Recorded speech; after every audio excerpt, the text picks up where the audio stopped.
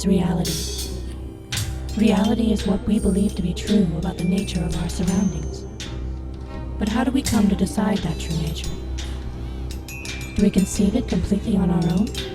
Or do other devices gently sway our thoughts onto a pre-decided path? This is the hard question we must all ask ourselves as free humans on this planet.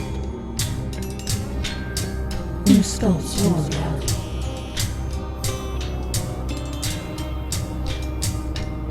Reality.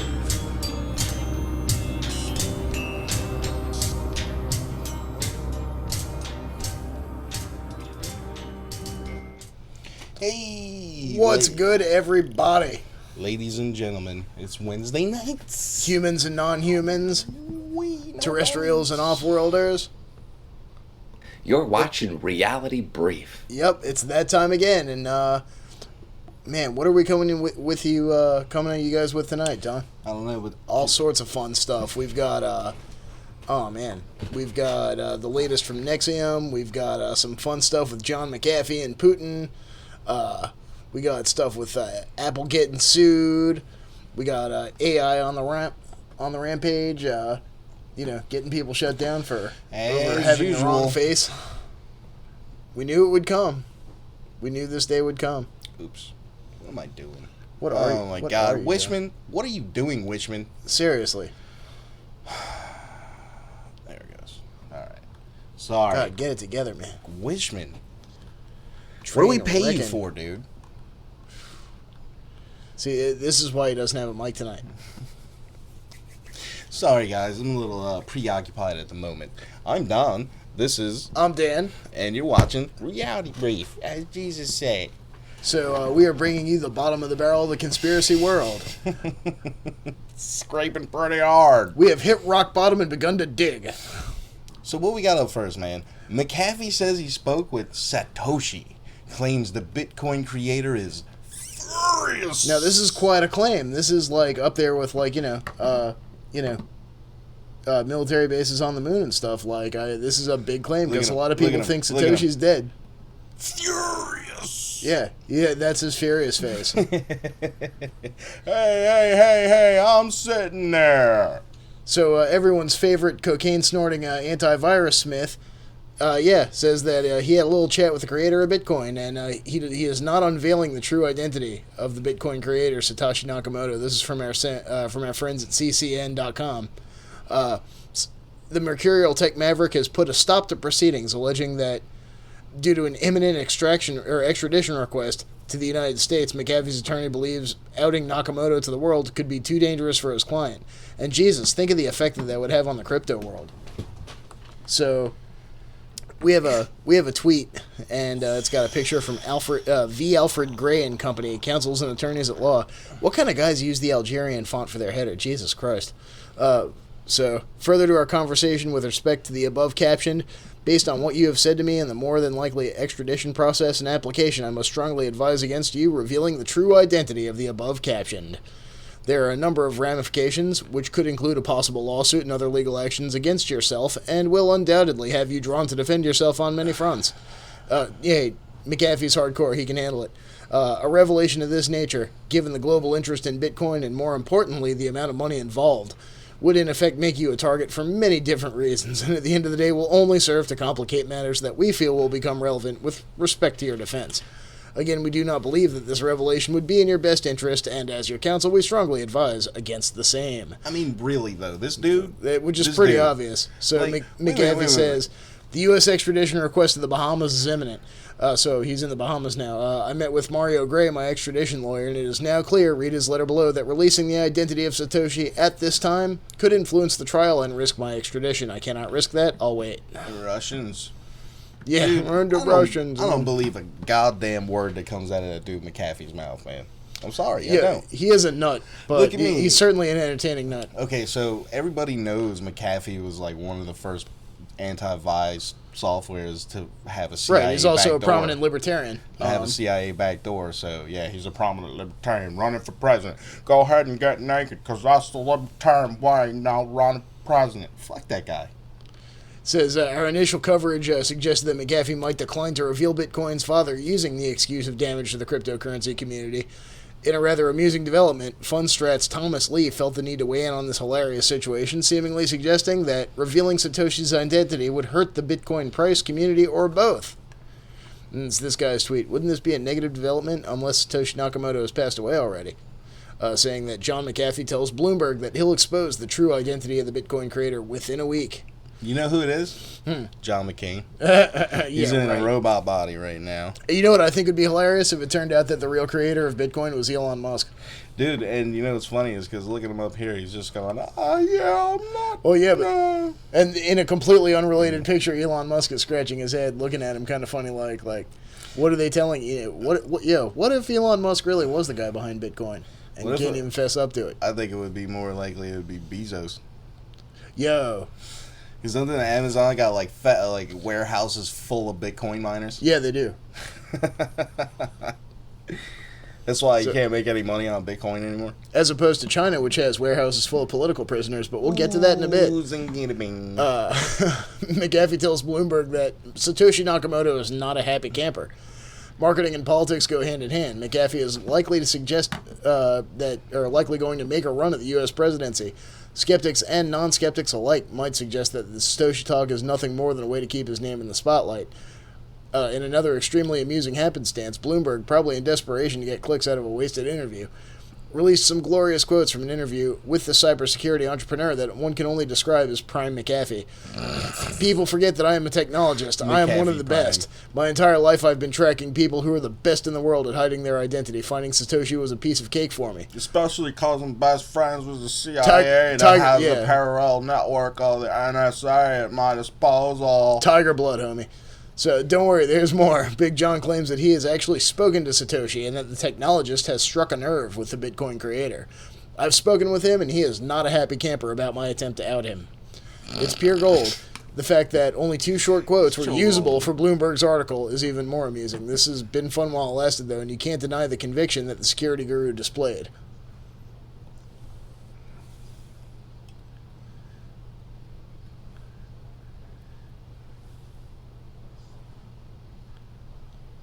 Wait, I thought he was like running from rape charges or something. Well, yeah, he's in the Bahamas right now. Yeah, but they're saying tax. Nah, yeah, I think it's over taxes. Which, you know what? Good for you for standing up to the IRS, McAfee. Taxation is theft. Everybody should have this kind of balls when it comes to standing up to the IRS.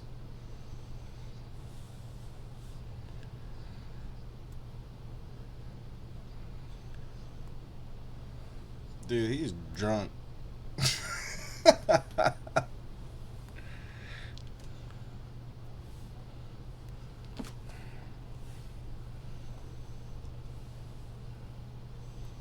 Mullen Labe, sons of bitches. Oh, God. Wait a minute. All right, so this dude's got like a warrant out for his arrest. Yeah, the IRS is up this guy's ass. And he's trying to run for president. How does that work? I guess so. Fuck it. Why not? Donald Trump is president. Yeah, really. Donald Trump's got to be a bigger criminal than this guy. We got reality stars. We got fucking... Dude, I mean... This guy's actually making a principled stand, at least. No, fuck this guy, man. This guy is snaking the grass, man. He might be, but at least he's standing up to the IRS and telling them to suck his balls, come and fucking take it. Shit. Good for him. He's standing. Well, let's finish this bit, shall we? All right, fine.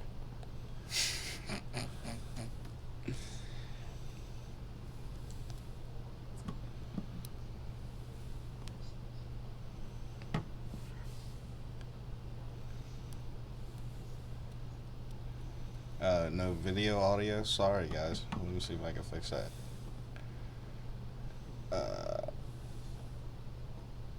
Vote for the duration. Sorry, guys. I will not allow them to imprison me and shut my voice down. We'll post this in the group if you guys want to watch the video. I am a on your own flight time. risk. WISHMAN. Obviously, I guess we might no need to keep watching it. Yeah, pretty much.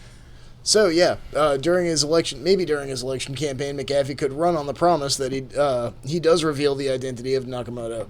Only as president would the Bahamian resident feel safe enough to return to the U.S. and perform the unmasking. Which, has that ever happened, somebody being elected president while hiding in exile outside of the country? I mean, that would be awesome, but you know what? I don't think...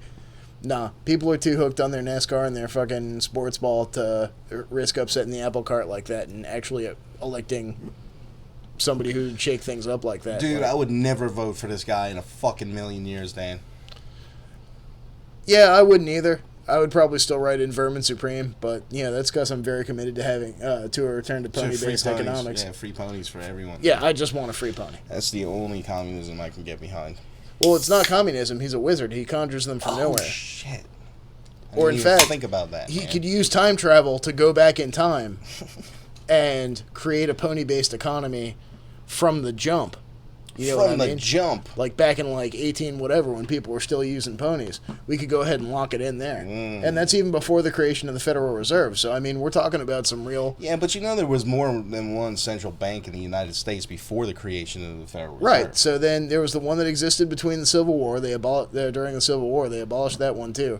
And then they reinstituted it with the Federal Reserve. So we could go back to some time after the Civil War and make sure that the Federal Reserve, fucking take some rods from God with us. And then when they're having that fated meeting at Jekyll Island, Boom! nuke that All right, motherfucker listen, from orbit. I know that there's a lot of people who listen to the show who have Super Soldier, Kruger, or Monarch experiences. Next time, see if you can break through and fucking do that. Go back to 1913, nuke Jekyll Island from orbit. Boom! You know what? People hadn't even thought of nukes back then. They'll think it was a meteor. No worries about breaking causality. None of that stuff. Damn right. So everybody loves to hate Apple. Am I right? Yeah, Am I right? I do. Anybody who knows how to use a computer.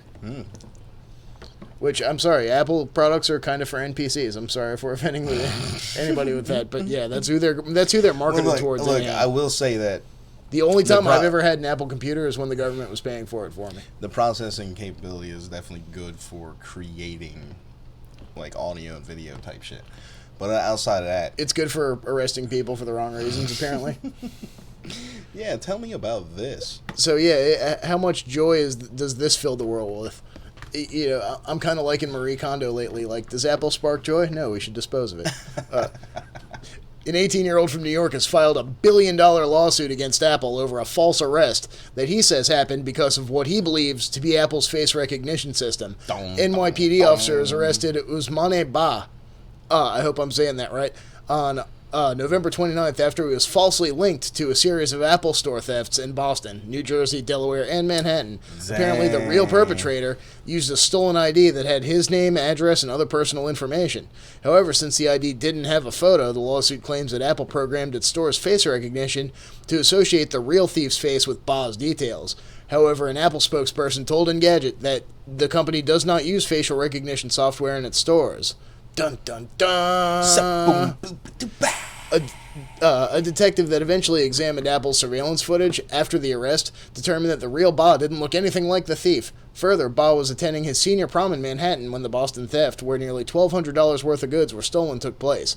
It's an odd case, and it's not entirely clear if it'll hold up in court. You know what? I think that's one thing, one thing that you don't need a $25 million federally funded study to find out, when it comes to why don't people trust law enforcement. It's because when somebody's getting beaten up or raped, the cops will take fucking 8 hours to get there, but God forbid somebody should come through your store with a stolen credit card, and then they're on that like stink on shit. No, I'm going to disagree with that wholeheartedly. Because, look, You're free to be wrong. No, sir. Let me correct you, my good sir. I think it's spotty because, look, I had my card stolen from me from a gas station, right? And they went around the corner to Walgreens and charged up like $120 worth of shit. Right. And then they went right back afterwards and tried to like charge up another $120 worth of shit. And then my bank said no, right? Right. You can't do that. So they cut the money off, saved my butt a little bit, which is cool. But they didn't even go after him or anything, dude. They were just like, whatever. Well, if they did, they wouldn't have told you, would they? No, they didn't. They told me that. They said it would cost them more to investigate it than it would be to just take the hit. All right, well, I speak from experience as well in my service as a humble convenience store clerk, as one of the heroes of 7-Eleven. There was an experience one night where a local individual by, you know what, fuck it, I'm putting him out there. His name's Bebe, and he's a rapper, supposedly. He's got a video on BET. I got a video. Hit some girl in the head with a baseball bat in front of my store. Christ. No fucking around. Hit her in the head with a goddamn baseball bat in front of the store. And this was at like 3 in the morning, right? And so, the girl didn't want me to have to call the cops, but somebody got hit in front of the baseball bat. I have to fill out an incident report, and if anything's damaged, then insurance didn't cover it, so I did my job. And she says she doesn't want to press charges, so the cops are like, oh, we can't do anything. But then a couple of nights later, some dickwad comes through with a stolen Discover card and buys like 20 packs of Newports. 20 minutes later, woo! Fucking Fraud Enforcement Division on it. Like, stink on shit. Wow, like we had stolen Krispy Kreme's Hot Light, and that motherfucker was on. That might have been because it was a Discover card. Maybe Discover's, like, hard up on it. Maybe it's a testament to Discover's loss prevention department, but you know what? Fucking, to me, it seems to me that law enforcement is way more concerned about money than they are about people. Oh, yeah, no doubt. I mean, we've seen where they're allowed to just... If you got like $600 on you or something, they're like, oh, what? I pulled you over because your light's out, but your $600 is mine now because shit, who's got $600? Right. So yeah, that's what gets me is that it really is about generating revenue. How much of a kickback do you think police departments get from prosecuting credit card crime? Probably a shitload. I mean, it's a vicious cycle, and you see the judges going down for. Convicting kids and putting them in different prisons or camps to get kickbacks from the private company that's being run. Texas is really bad for that shit. Yeah. So I mean, it's a vicious system, man. It's meant to suck more money out of you because it's not enough that you give them every time you get paid, you give them money, and then every time you spend money, you give them money. Then when you die, you give them money. Every time you do anything, basically, you give them money. So. Fuck you. That's all I got to say about it. Yeah, taxation is theft.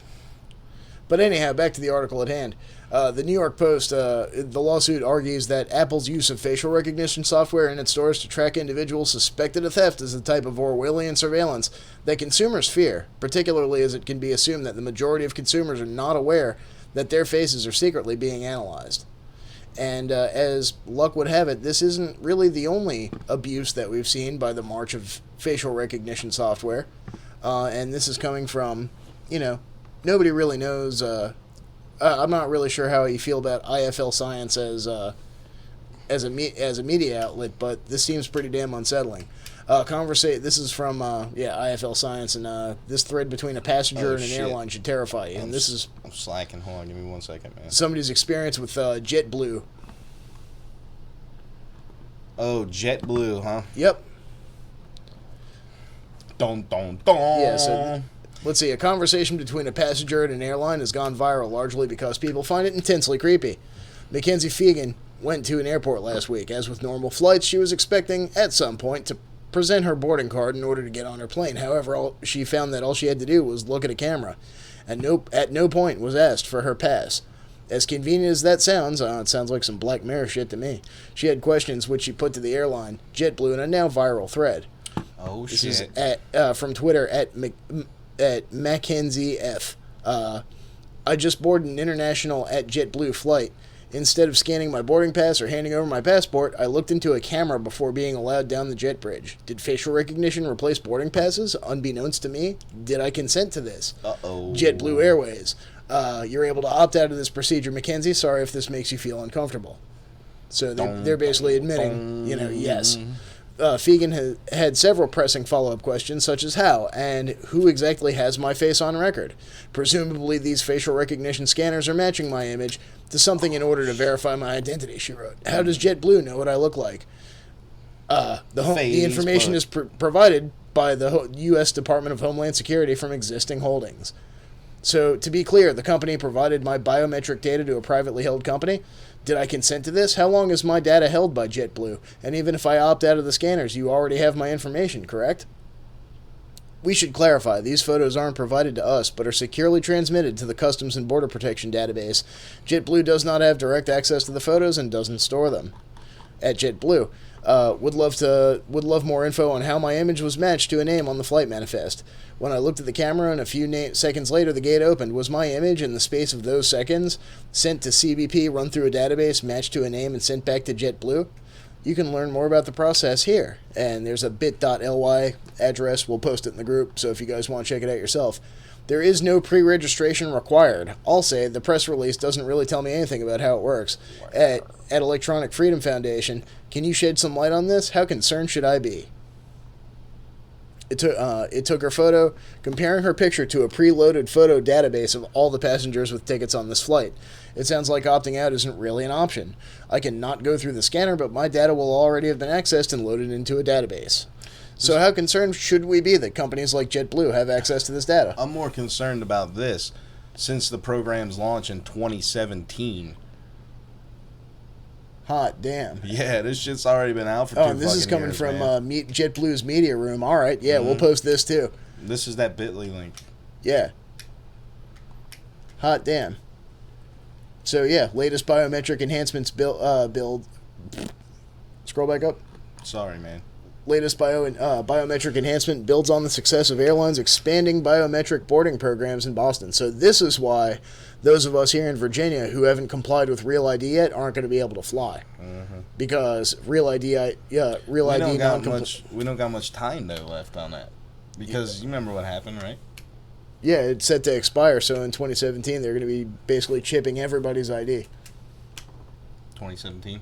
Or I mean, 2019 or 2020, they're going to be installing that I shit. think it's next year, yeah. The Yeah. little hole. Yeah. Guess what? Here's your chip. Oh, man, I knew that shit was going to happen. These fucking motherfuckers. Dude. So the technocracy marches on. And you know what? Nothing's safe from this tracking thing anymore. Not even Juul pods, not even goddamn vaping cigarettes are safe. And this is coming from Katie Keck at Gizmodo. Keck. Kick. Praise him. Praise be unto Keck. Juul's latest idea is to placate the FDA as a massive vape tracking program. Oh, So, shit. in addition to vapes being a conspiracy by Bill Gates to get humanity used to sucking robot dicks, Whoa. these robot dicks will track you as well. So, as the U.S. Food and Drug Administration continues to blast e-cigarette You're watching manufacturers, Reality Brief. and Juul in particular, for a steep spike in youth vaping, the company has in recent months launched a number of initiatives to keep its products out of the hands of minors. Vaping. TechCrunch reported Friday that Juul's latest attempt at tackling the ongoing issue is with its Track and Trace program, a pilot for which the company has said is currently underway in Houston. As part of the program, fitting considering that where that son of a bitch LBJ called home. Yeah, the fitting location. As part of the program, Juul has launched a web portal for guardians or authorities to report a vape that they have confiscated from a minor using a tiny serial number that can be found on these devices. So now all the kindergartners selling Juul pods out on the playground, they'll be like, I got the serial numbers filed off, man. Juul Labs is committed to preventing underage use of Juul products through technological solutions. Technological, technocratic, whatever you want to call it, which is why we're developing an end-to-end tracking system to better understand how our products are getting into the hands of minors. The company's senior communications manager, Ted Kwong, told Gizmodo in a statement by email. TechCrunch noted that in a matter of weeks, Juul will be able to track every device in production through the supply chain. Dude, there's this guy that I work with. I can't even. No names would even be mentioned. Of course not. But he does the vape thing, right? Mm-hmm. He's got one of them big boxes with the big glass ball and all that where he mixes juice. But he don't even put nicotine in it. He just does it. He's So never even smoked in his life. It's just the vapor. He never even smoked in his life. He just likes the vapor, just the vapor, no nicotine. Isn't that weird? That is weird. It's weird. He's a young kid, too. He's like, I don't know. I'm not going to say exactly, but he's young. He's definitely way younger than us. Yeah? Mm-hmm. Weird. Yeah, that is weird. He's not a kindergartner, buying one of these, but... Hey, sometimes South Park nails it, right? Mm. I hate to say it, but yeah, sometimes they do. So, how about some asteroids in real life? Space Ron? rocks. Yep. All right, we're not talking about the poop rocks, right? No, it's not Oumuamua. It's Mall. Ryugu. I'm going to continue with ad blocker. Thank you, sir. Yeah, seriously. Kind sir. We're going to... Go ahead, read it. So, yeah, now you can watch... we're going to watch Japan's Hayabusa 2 shoot a bomb at an asteroid. On April 4th, Hayabusa 2 tossed a bomb at a space rock. and then ducked for cover to wait for the debris to settle. But before it did, it watched the impactor soar towards the asteroid called Ryugu. The spacecraft, which is operated... try the next one down. The spacecraft, which has operated by the Japan Aerospace Exploration Agency, JAXA, which has been studying the asteroid for nearly a year, since June 2018. As part of its mission, the Hayabusa 2 spacecraft has interacted with Ryugu in a series of mildly aggressive ways, all designed to help scientists better understand the space rocket and what it could tell us about the early days of the solar system. First, Hayabusa 2 released a small series of hopping rovers onto the surface, and then it lowered itself onto the surface of Ryugu to suck up a sample of rock. And then came perhaps the most violent experiment in the lot, using an explosive device to create an artificial crater on the surface. That's precisely what happened on April 4th, and now JAXA has released video footage of the impactor on its way towards the space rock. The video is taken from the main spacecraft, so it cuts out long before the explosion to protect itself from flying debris. Hayabusa 2 ducks behind the asteroid and then stayed there for about 2 weeks. But the video still offers an incredible look at the asteroid's rocky surface from about 500 meters up. It was able to confirm within a day of the maneuver that the impactor definitely hit Ryugu's surface and released a grainy image of debris flying off of the rock. But the agency hasn't yet released any images of the crater left behind by the process. Scientists will be using these images and perhaps even a sample scooped up from the crater if the mission meets its remaining goals to better understand the interior of Ryugu. The artificial crater should have excavated away some rock, some of the surface materials of the asteroid, giving scientists access to pristine rock unaffected by the harsh conditions of space. How come they didn't show the debris getting kicked up? I guess that's as far as it goes. After that, it takes shit. In addition to inspecting the crater, they also intend to release one small rover onto the surface before packing up and heading home at the end of the year. When the spacecraft returns to Earth, it'll bring with it samples of the distant world that it spent so long studying. Precious cargo from invasive studies. So, yeah, we're going to have actual samples of an asteroid. And, Ryugu's getting its ass kicked. Pew pew! Hayukan! Consider yourself avenged, dinosaurs. We took him out. We took one out for you. Speaking of detention camps. Oh, yeah. Oh, China. Speaking of dinosaurs, you mean communism? The UN's model for the world. Oh, China. Can we get some global government run by China, please? Oh, God. Well, at least you'll get new mega cities popping up. Yeah, man. Nobody will be able to live there because they'll all be too busy living in a fucking hut. Right? Or like it's not a hut. You'll be living in an apartment building in a 6 foot by 8 foot space that consists of like a bed, a hot plate, and a toilet. Satellite imagery captured over a remote and highly volatile region of western China lifts the lid on the size and spread of internment camps used to indoctrinate vast numbers of the region's Muslim population. So they're locking up Muslims over there. Yep. But also political dissidents, no doubt. Of course. Anybody who shows any kind of unorthodoxy. An investigation by ABC News, thanks guys, using new research collated by the Australian Strategic Policy Institute, ASPI, identifies and documents the expansion of 28 detention camps that are part of a massive program of subjugation in the region of Xinjiang. Analysis of the data shows that since the start of 2017, the 28 facilities have expanded their footprint by more than 2 million square meters. In the past 3 months alone, they've grown by 700,000 square meters. That's about the size of 35 Melbourne cricket grounds. Do you know how big a Melbourne cricket ground is? Anybody out there watching in the YouTube chat know how big a Melbourne cricket ground is, maybe? The nominally autonomous province is home to about 14 million Chinese citizens belonging to mainly Muslim ethnic groups, the largest of which is the Turkic-speaking Uyghur people. Xinjiang. No, Uyghurs. means Uyghurs, which means New Frontier, has long been the epicenter of ethnic unrest.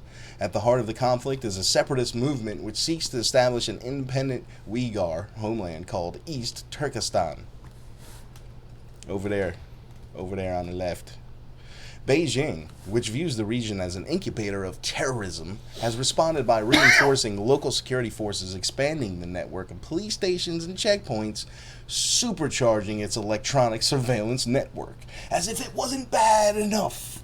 So they I wonder, did they dispatch more roving organ harvesting vans to that region? Oh, I'm sure. Maybe.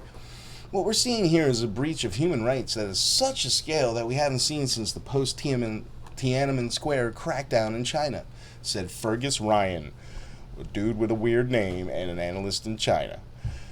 An estimated 2 million Uyghurs and other Muslims have been rounded up and detained in these camps, where they are forced to undergo patriotic training and de-extremification. This sounds like some Australian shit, actually. It sounds like some brainwashing type According shit. to witness and human rights groups, China at first denied the existence of the camps, but under intense international scrutiny ahead of a UN review into its human rights record next week, officials have changed tack. After retrospectively legalizing the dragnet, oh, by the way, all that bad shit we were doing back then, it's legal now. Beijing launched a propaganda campaign portraying the camps as humane job training centers. Humane job training centers.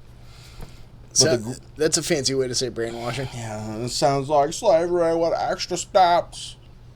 But the growing weight of testimony of victims, witnesses, and now the availability of high-resolution satellite imagery reveals the fast-tracked expansion of a re-education camp network that appears set to become a permanent feature of life in Xinjiang. Yeah, let's move there. Okay, I'm down.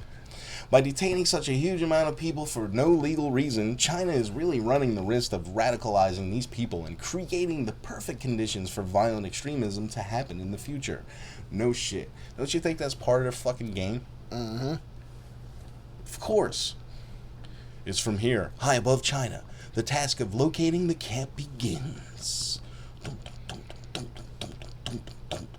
Pulling together testimonies, the work of international researchers, and government documents, the network of camps in Xinjiang is pieced together. One of the largest clusters of camps is in the western reaches. Kashgar. This is a pretty cool page, you guys. This is at abc.net.au. Across the mountain range from the traditional oasis town of Kashgar lies one heavily fortified camp, the Atushi City Vocational Skills Education Training Service Center. Whew, that's a whole lot of mouthful. words, man. Akvav Taksk. It doesn't even work. At the start of 2016, the facility is one block with little to no fencing in what's listed as an industrial park. As China began ramping up its campaign of mass detention, the size of this camp began expanding. Holy shit, here we go.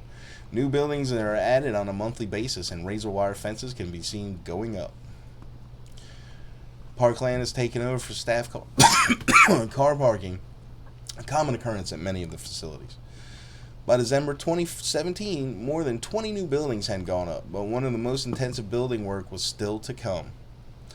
This image posted on Twitter in mid-2018 shows a number of cranes to the south of the facility. An official document detailing plans for works at this address, dated March 2018, outlined plans for a 95,000 square meter development, which included a 8,500 meter squared armed police area, a 1,300 meter wall, and about 7,600 meters squared for the students. We got these too. What do they call it? Workforce? Yeah. Instead of you'll get in trouble or something, and they'll be like, well, instead of going to jail or prison, we'll put you in work prison. And then they put you in jail, but it's not really jail because you got to go work somewhere, at a real job, not for the state in chains like you do in prison or whatever. And then they try to trick you up and get you in trouble the whole time, and I'm pretty sure they take all your money you make. Yeah. Yeah, you get paid like a pittance, literally it's slave so wages. Fucked up, man. It's so fucked up. Yeah. Then, in the latest imagery, we can see the construction of 3 massive detention centers to the south. They are barricaded by at least 3 levels of fencing and are surrounded by watchtowers. No, sir, that doesn't look like a prison camp at all. The re-education center complex is almost 150 meters squared, a 420% increase since 2016. Do you think they did that on purpose? Oh, I'm sure. Oh, boom, boom, boom, boom, boom, boom. It's just one example of the rapidly expanding network of camps. And You don't even have to look far to find more examples. Just 20 kilometers south of the Atushi City complex, another camp has been identified. The Kashgar City Transformation Through Education School. oh shit! It's been built around what appears to be an existing detention facility. A government document detailing plans for the expansion at the site describes the project as one that will care for special groups and promote the harmonious development of society. This shit is great, man. Seriously, this is You can't make this shit up, guys. Look, that's not what's happening. I hope you understand. Yeah, I mean, Jesus, James Carville and Michael Chertoff could wank to this. Oh, man. The new buildings that went up to the north of the detention center were flanked by watchtowers and razor wire fencing.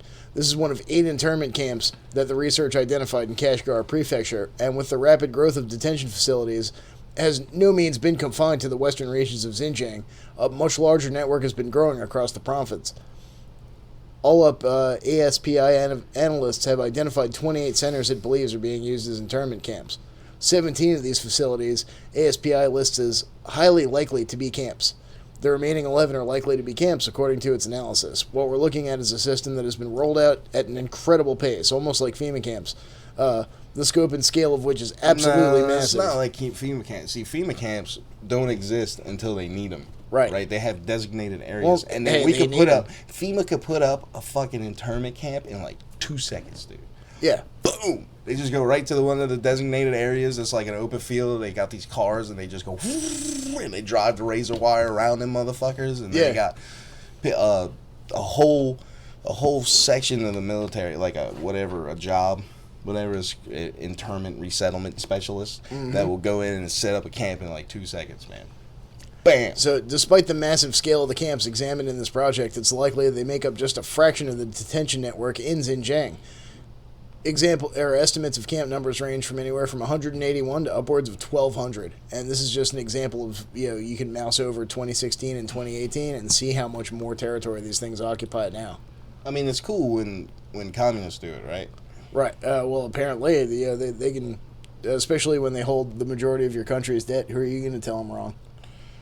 Yeah, that's for damn sure. Adelaide student Adam Turan's 80-year-old father, Abdul Karim Turan, lived in a village near Kashgar and spent a year in one of those camps. He passed away a few weeks ago, shortly after being released from detention. Mr. Turan, who is also General Secretary for the East Turkestan Australian Association, says he believes his father was rounded up because he was a Muslim who had a beard and a relative who lived overseas. Let's check out this Zero Hedge Russian bot network. Yeah, so all right, so this is actually kind of a lengthy Super article, long. and but it does go into how the Chinese government is publicity blitzing the shit. It mentions the Chinese government's publicity blitz also includes a 15-minute report on state television which showed Uyghur detainees in the Hotan City Vocational Skills Education and Training Center attending legal classes, participating in games and social activities, and undertaking training in a garment manufacturing and woodwork facility. So, there's, it's somewhere between democide and genocide, or, Well, it's democide if the government's doing it. Yeah, well, the whole idea is they intentionally want to destroy that community of people and make sure that they're, Chinese all the way to the core. Look, man, yep. So, speaking of our commie friends over there in the Far East, telepathic Russian troops trained for psychic warfare, something the U.S. has studied for decades, and this is also coming from the Russian bot network Zero Hedge. So it's like a double Ruski. It's a Ruski-Tuski. Earlier this month, it was reported the Russian military has been training psychic special forces to use in combat to defeat the enemy with non-contact methods. Isn't vodka bad for your psi abilities, though? Boom! I don't know. It depends on how pure it is. I think if you make vodka so pure, I think it actually gives you psi ability. So you got to make super awesome, like super pure awesome, Ruski vodka. like Russian pure. It actually decalcifies your pineal gland. Exactly. It melts that shit right away. Hot shit. According to the official magazine of the Russian Ministry of Defense. But you have to chug it 1 liter at a time. Armsky Sportnik.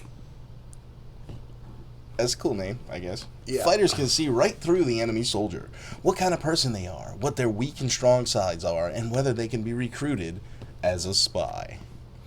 By force of thought, it is possible to shut down computer programs, burn crystals and generators, listen in on conversations, and disrupt radio and telecommunications. The article continues. These goat-staring specialists in parapsychology warfare are said to have honed their skills during combat in Chechnya, using their purported abilities for applications ranging from managing the amount of pain felt by a wounded soldier to locating caches of enemy weapons. So they've been rocking a psychic soldier since the 90s? Oh, well, hell, we've been doing it since the 60s at least. Yeah, but we never really had, brigades, did we? We were just remote viewers. I don't know, man. I guess we wouldn't really know. Was there an advanced psi team in the Iraq War? I would assume so. Maybe. Remember the target of opportunity? Yeah, I do. Target of opportunity! Alright, so Russia's chief skeptic, Yevgeny Alexandrov, who chairs the Russian Academy of Sciences Committee for Combating False Science, called the claims of psychological warfare capabilities complete rubbish, according to Sky.com, which is what? Rupert Murdoch? Yeah, it's the British Fox News. Let's see. Yes. The British Fox News. Such research did indeed exist and was developed in the past, but it was made secret. Now it is being brought out into the light again, but such research is recognized as false science. Long history of parapsychology research. The study of parapsychology began in the mid-1800s with the founding of the London Society for man, this is super wordy, man. It's pretty cool, though. We're going to post it up in the group. It's got a bunch of articles and shit. Zero Hedge. You can go there yourself, whatever. Yeah, all sorts of nice scans of papers, basically supposedly proving the existence of, undeveloped human abilities. Stargate is truly, they're talking about Project Stargate, which was the CIA's program for remote viewing. Yeah. Stargate could also point a way to the new discoveries in other areas due to its interdisciplinary and exploratory nature. Stargate is well grounded due to its solid independent scientific review base. Yeah. Research has been conducted at various locations across the United States, including Duke University, SRI International, Princeton University, SAIC, and elsewhere since 1930. Yeah. So we got Durham. As somebody who's had firsthand experience with SAIC, eat a dick, SAIC. Sorry, it's personal. Earlier findings: remote viewing is a real phenomenon, not degraded by distance or shielding. I mean, unless you have some of that handy-dandy nickel chromium foil. Individuals' performance correlates with project type. Certain areas have promise. Counter-narcotics, counter-terrorism, counter-intelligence. Limited potential for predictive or parametric data. General descriptions more reliable than specifics. So, yeah, it's just going through Stargate, and it's just reiterating that, yes. So the Russians were basically copying Project Stargate. Mm-hmm. Who would have thought that would even could have happened? What are we doing, man? What? I don't know. Do we want to talk about the stench coming from D.C.? Yeah, science. Yeah, you want to do some science? What about how not to run a cult? We could jump into that real quick. So imagine living next door to a sex cult, and nobody has the decency to invite you to join. Shit, man. I would not. Well, apparently this is a true crime story from Radar Online. Allison Mack's House of Horrors exposed. Neighbors want her locked up for 10 years. Well, luckily we don't live in a country where your neighbors' demands can influence your sentence, but see where the Smallville's actress allegedly branded women with a cauterizing iron, and it's got some pictures of a quaint little house in New York. Nearly 1 year ago, Allison Mack was arrested for her involvement with the NXIVM sex cult. The Smallville actress was forced to move out of her upstate New York condo and forced into house arrest with her parents' home in her parents' home in California. Now, for the first time, a former neighbor explained to RadarOnline.com in an exclusive interview what it was like living in close proximity to the former television star. Mac, 36, who will learn, a year younger than me, and she's already done with her first sex cult, Jesus. Will learn the fate of her prison sentence in a hearing scheduled for September 11th, 2019. Bum, bum, bum.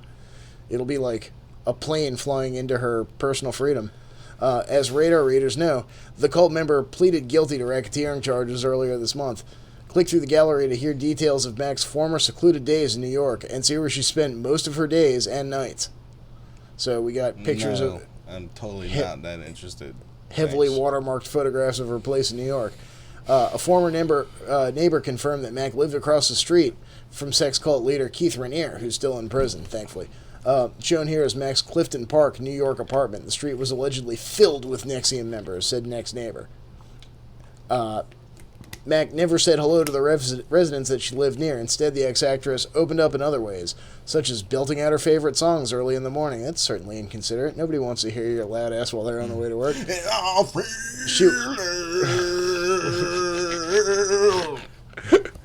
She would have parties.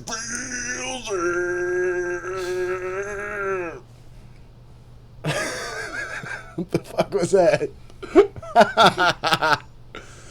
She would have parties and play loud music, her neighbor explained. And she would sing, too, loud enough for people to hear. Yeah, because she was probably drunk as a bastard. She was often spotted bringing loads of shopping bags into her home and stepping out of her BMW. She used to shop all the time, said the eyewitnesses. Oh, shit, she was rich. Yeah, that's what rich people do. Yeah, seriously. Retail therapy all hey, look, day, and buddy. if you don't see them walking outside and buying shit, they're sitting in their house clicking Amazon buying shit. Right?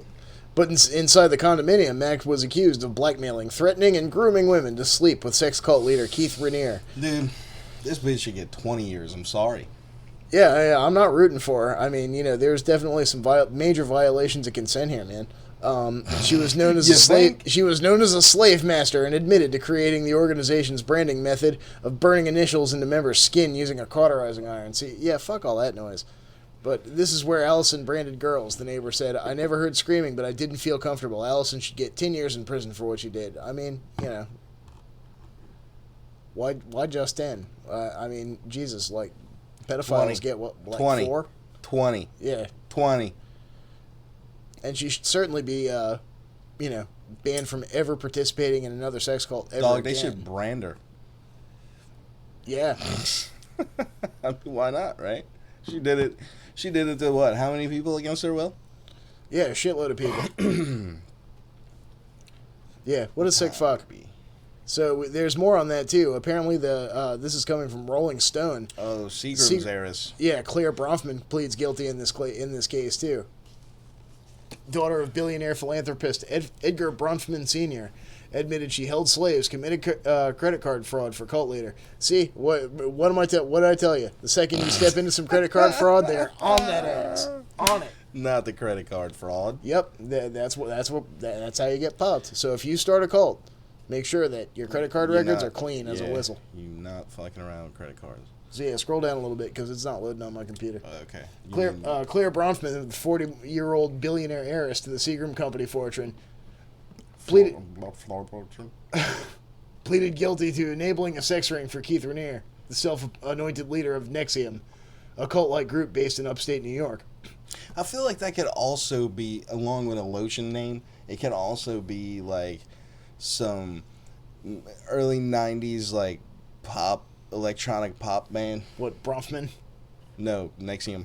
NXIVM? It makes me, it just makes me think of the purple pill, Like, Are you like suffering Allegra? from heartburn? Allegra. Are you sneezing? Do you want to have One a stomach? NXIVM a day can help. Yeah. Are you sneezing? Do you want to have a stomach ache instead? And honestly, who needs meninges anyhow? But yeah, so Bronfman's the daughter of billionaire philanthropist and former Seagram chairman Edgar Bronfman Sr. Her apology to the judge touched on her family's wealth and privilege that enabled her to grievous deeds. I was afforded a great gift by my grandfather and father, Bronfman said in court. With the gift comes immense privilege and, more importantly, tremendous responsibility. Or in this case, just shitloads of cash and doing whatever the fuck you want. Mm-hmm.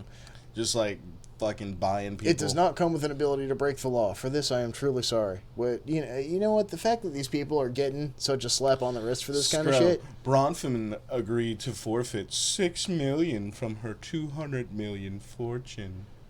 Oh, poor baby.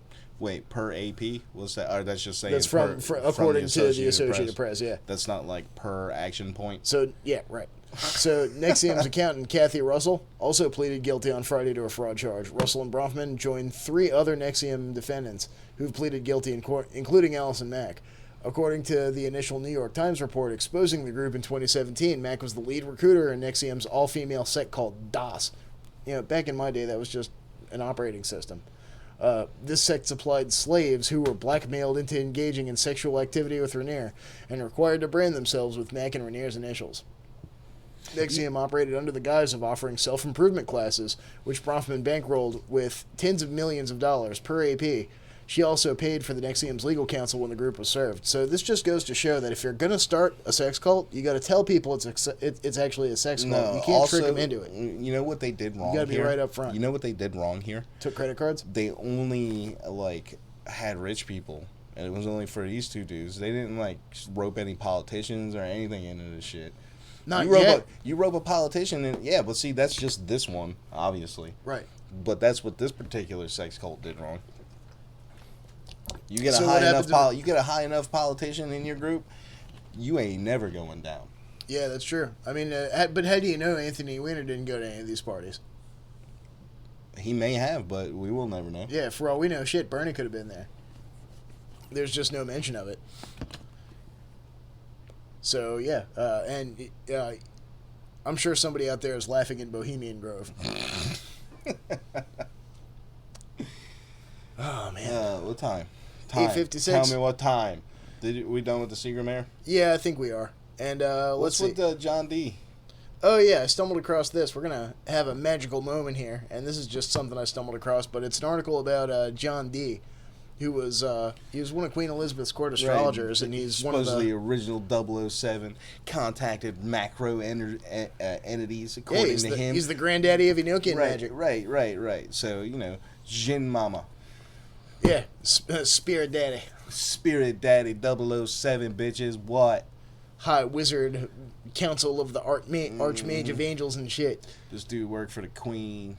Yeah, but apparently John D. was pretty hardcore. And so this article reads, well, this is coming from museumhack.com by Alex Johnson, content writer. Let's talk about pentagrams for a minute. Content writer. The pentagram is an ancient geometric symbol whose meaning varies wildly depending on who's looking at it. For example, to a pagan, it could be a symbol of worship. For Christians, it's the mark of Satan. For a mathematician, it's a cool shape with some fascinating non-magical properties. John D. reminds me of the pentagram. Why? D has known to many as the Wizard of Tudor England was different things to different people. He was for sure an occult practitioner. For some, that meant D wanted to peel back the veil of arcane mystery and gaze clearly upon the secret knowledge of the universe. And that was fascinating, which, hey, I'm down for that. For others, it meant that he was a potential enemy of Christendom and a man playing a dangerous game with demons and magic. I hate that guy's opinion. Yeah, that's a stupid opinion. But here are all the facts. D was a Christian who was also an occultist wizard. But most of all, D was a real math nerd. Wait a minute, back up. Say that in a sentence. He was a again Christian one more and time. also an occultist wizard. I love it. Which, hey, is totally possible. Gnostics are Right, magical as fuck. Right. A lot of the early sects of But he wasn't a Christianity, like the Gnostic. Maronites, He for wasn't a instance. Gnostic, was You he? don't know that. I mean, I don't know that. I know that. I mean, I don't. In the 1600s, had they had the was the Anglican Church a thing yet? I don't think so. So let's see. Yeah, but most importantly, he was a real math nerd. He just lived during the 16th century when math and the occult were still inextricably linked. So, where do you go to school for that? The BA program at St. John's College, Cambridge. As any student of the humanities can tell you, even a half-decent liberal arts curriculum must include the dark arts. Indeed, my own education climaxed with the unholy union of both prose and poetry, and there is no greater affront to the Christian God than the prose poem. Maybe microfiction, but this article isn't about my academic dance with the morning star, it's about John D's. D was what they would call today a polymath, a keen multidisciplinarian. D had mastered the sciences of the 16th century as much as one could master science in the 1500s, and wrote over 80 scholarly works to share his knowledge. After his time at Cambridge, D crossed the channel to continental Europe. He visited twice, once in 1547 right after Cambridge, and then again for a while from 1548 to 1551. Spent some time in the Netherlands, Luxembourg. Studied under Pedro Nunez, Gemma Frisius, Abraham Ortelius, and Gerardus Mercator, all of them mathematician cartographers. Those dudes must have been good for people to know, because both the universities of Paris and Oxford tried to get D from mathematical professorships from 51 to 54, respectively. D declined both. He instead had a higher profile aspirations to return to England and become head science wizard at the Royal Court of Queen Mary I. It was, in my humble opinion, a real dumbfuck decision. Well, fuck you. Nah. We're a Bill Nye fit for Queens. Working for royalty is tough as shit, because if you fuck it up, a worst case scenario, they can torture and kill you. Still, it offers unparalleled letter climbing opportunities, and D was an ambitious guy. He started out by offering math lessons to courtiers and navigators. This would be useful for the kind of math for people back then, figuring out directions. He's cooking up meth right now, actually. Yeah, seriously. He's like, check it out. I'm going to pour this shit in this sensor, and we're all going to get stoned. Like, this is alchemy, man. I'm going to turn this rock into meth. Well, the caption reads, and now I shall drop 3 Mentos into this brazier filled with Royal Cola. So, yeah, the math he taught was good for geography, drawing maps, practical stuff. And still, I picture D spending his first couple of weeks at court making a name for himself with a lot of, well, actually, interjections to correct the math of various haughty nobles, and people love that shit. So, aside from being the royal court's resident Jeopardy champion, D consulted directly with Queen Mary I. What kind of consulting does a 16th century brain man do for a queen? Well, I can't tell you everything they talked about, but I can tell you what got him in trouble: astrology. So apparently his astrology wasn't so good, or at least it didn't jive with what actually happened. You don't know. Yep.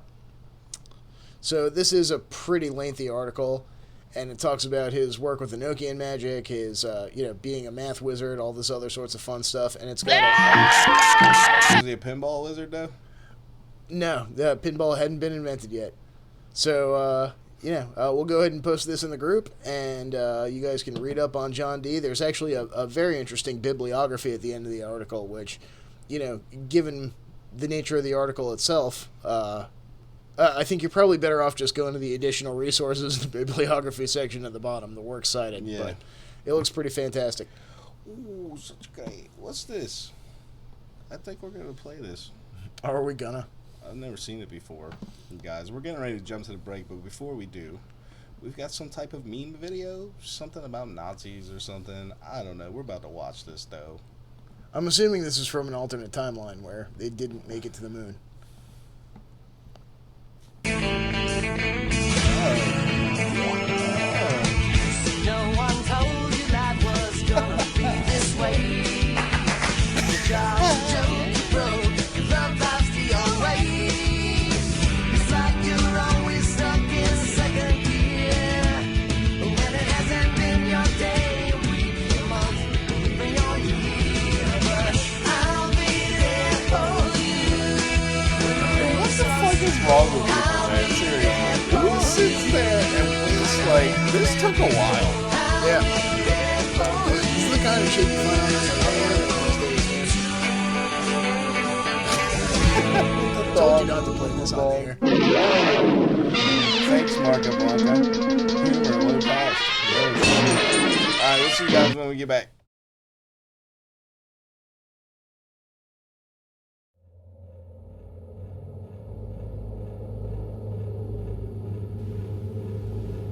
Hey guys, it's the real Space Jesus here. None of that blue chicken bullshit. You're watching Reality Brief.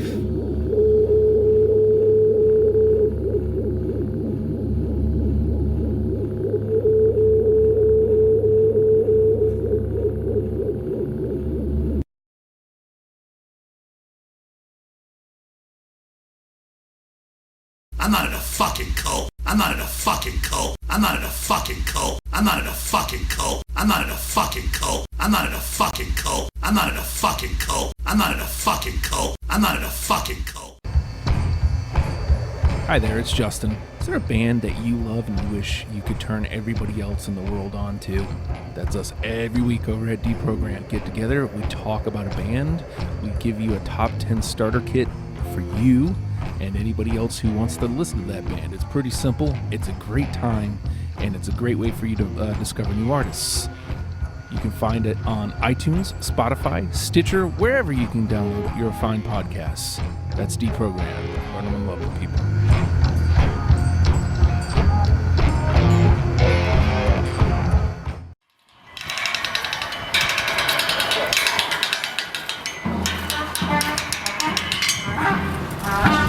After the break, how to survive an encounter with a telepathic spider. And is your neighbor involved in black operative mind crime? Ways to find out. Find out on Reality Brief. Can you hear us now? Can you hear us now? Can you hear me now?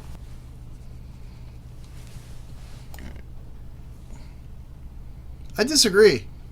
Well, that's why you're wrong. So wait, we just accidentally streamed that? Mm-hmm. So the entire world saw that? Mm-hmm. Can you hear me now? Hello? What? Transporter room. I need you to need a site-to-site transport directly onto the toilet. We've only got 10 minutes for this break.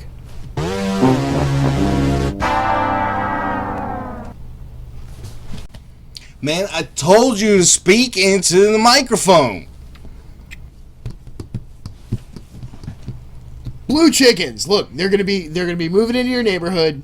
They're gonna be passing your laws. They're gonna be teaching your kids. You know.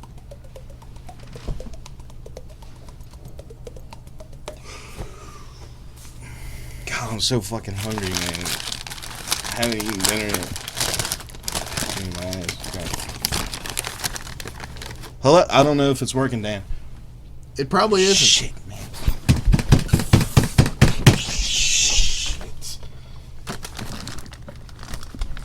Why don't you just get the goddamn Google machine to fix it, huh? Fuck.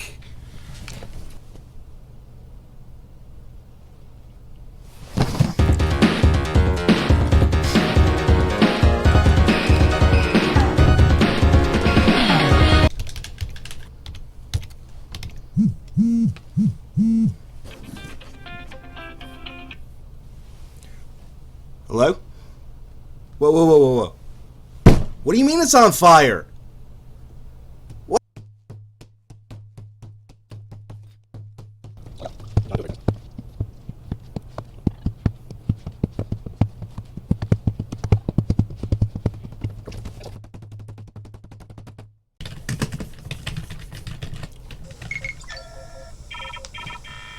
Get the text.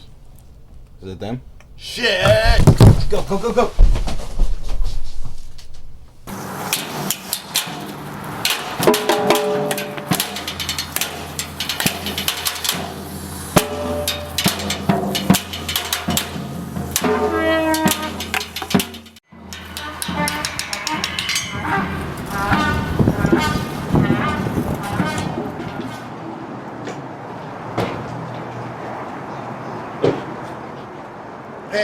Hey, buddy. Want to buy some memes? This one's banned in the EU. Only $10 for the dank ones.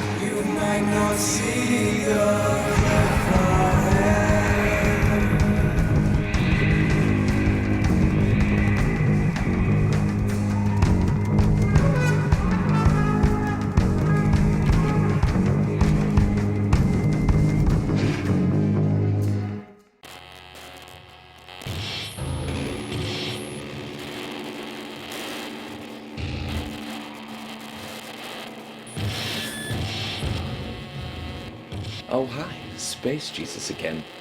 If you're looking for a little redemption, hop on over to patreon.com/realitybrief or redbubble.com/people/realitybrief and think about giving a little something to that cause. Why donate to the pot and church when you can donate to some pot instead?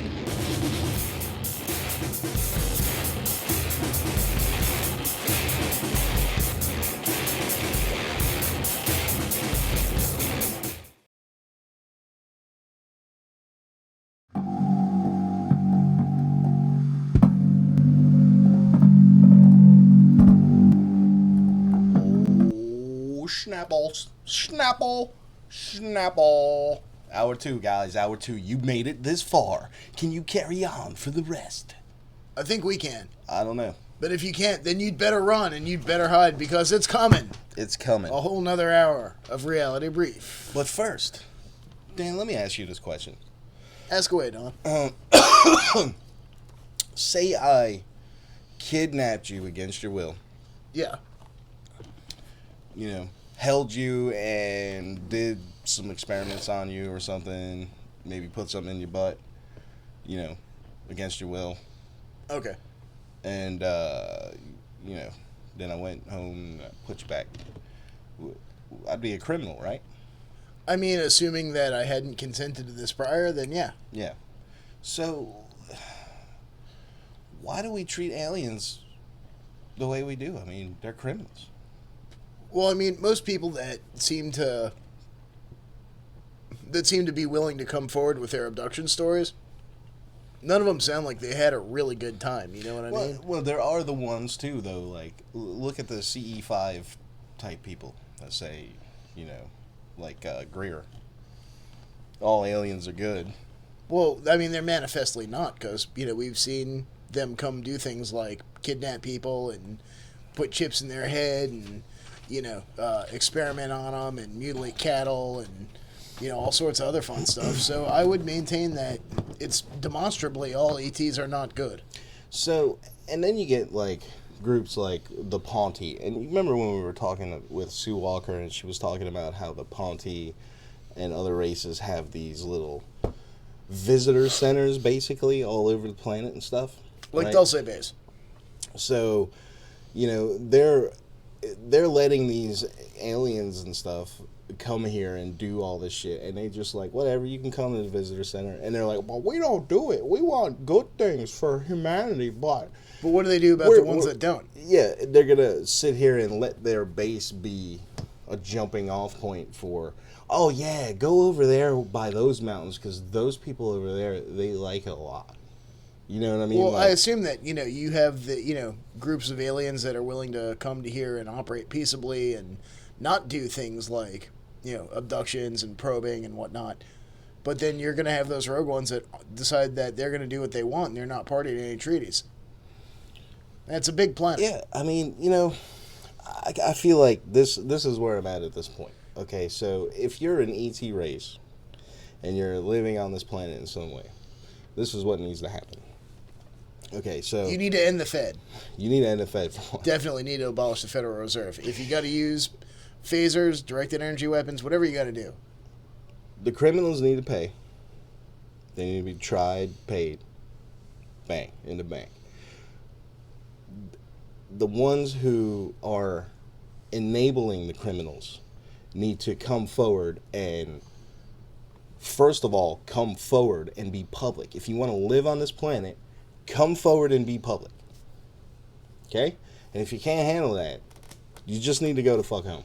You know, I'm putting it out there. Go home. All right? Obey our human laws. Don't be fucking doing shit against people's will. Right? Come out in the open. And we don't mean like state laws, but I mean there's certain universally non-preferable and preferable behaviors.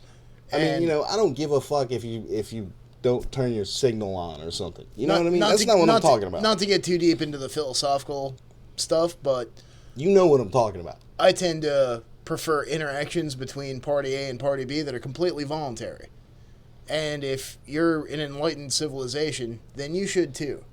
You know, One of the things that frustrates the piss out of me the most is the old saying, "Oh, taxation is the price we pay for living in a civilized society." Because no, taxation is the price that we pay for failing to build a civilized society.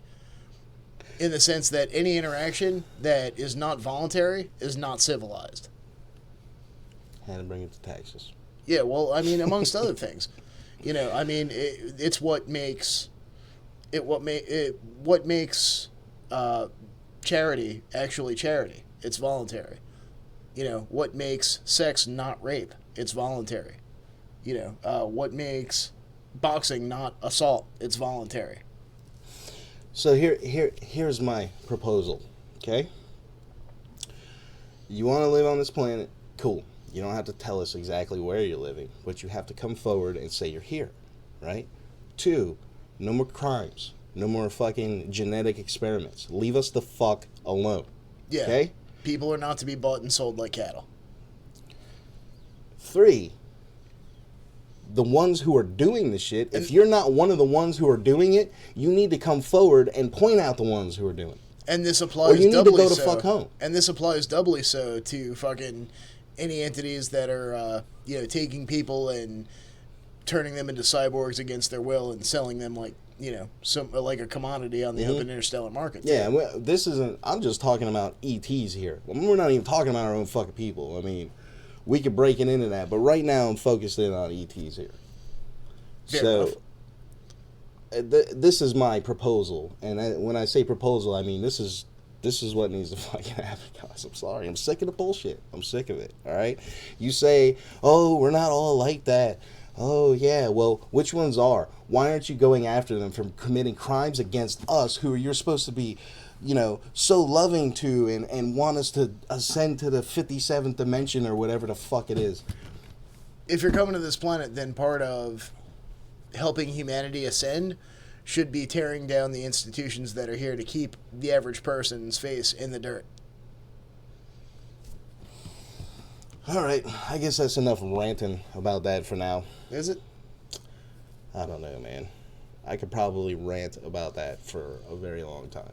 Yeah. Because, I'm sick of this shit, man. Well, yeah, and all the institutions that govern by fear and secrecy and financial control and, if you're coming to this planet, then, help us evolve past that. Help weaken these institutions. Well, see, the problem is that those institutions have some type of ET infiltration or something, right? Right. So there's bad ETs, there's good ETs, there's bad and good ETs within specific races. What I'm saying is good guys point the bad guys out. Let's get this shit rolling. You guys come forward. Let's get this shit rolling. People can handle it now. Yeah, I mean, we've evolved even to the point where we as a species are asking questions like, is matter itself conscious? And if so, does it matter? Which it could be. You're watching reality. Wrong. Wishman, what do you push that fucking button for, Wishman? That was a Seriously. long button. That was not the right button at all, sir. So, yeah, this is coming from resilience.org, and this kind of found its way into my newsfeed, and I thought it was pretty damn weird, so let's check it out. They're asking, by Kurt Cobb, originally published by Resource Insights. This was dated April 21st. I'm messing with you a little bit to get your attention. This is because I believe the question posed in my title is at the heart of many conflicts that we see around the world. This appears to be an astounding claim for so esoteric a question, one seemingly suited to some obscure corner of physics and philosophy. Well, hey, we're an obscure corner of talk YouTubers, so, hey, you've come to the right place, sir. We're talk tubers. Yeah, we're, and, masters of the obscure, I'm sure. So, we are, however, nevertheless joined in a giant struggle in practically every aspect of society over the value of subjective experience versus objective experience. A struggle that features the nascent realization on the part of some people that are subjective and objective worlds, which have long been viewed as separate, are in fact two aspects of the same reality, and they are not obliquely connected. They are in fact part of a unified reality. To understand the argument for the consciousness of matter, You can read this piece, which it links to. It does a fairly good job of answering the objections from opponents of the idea.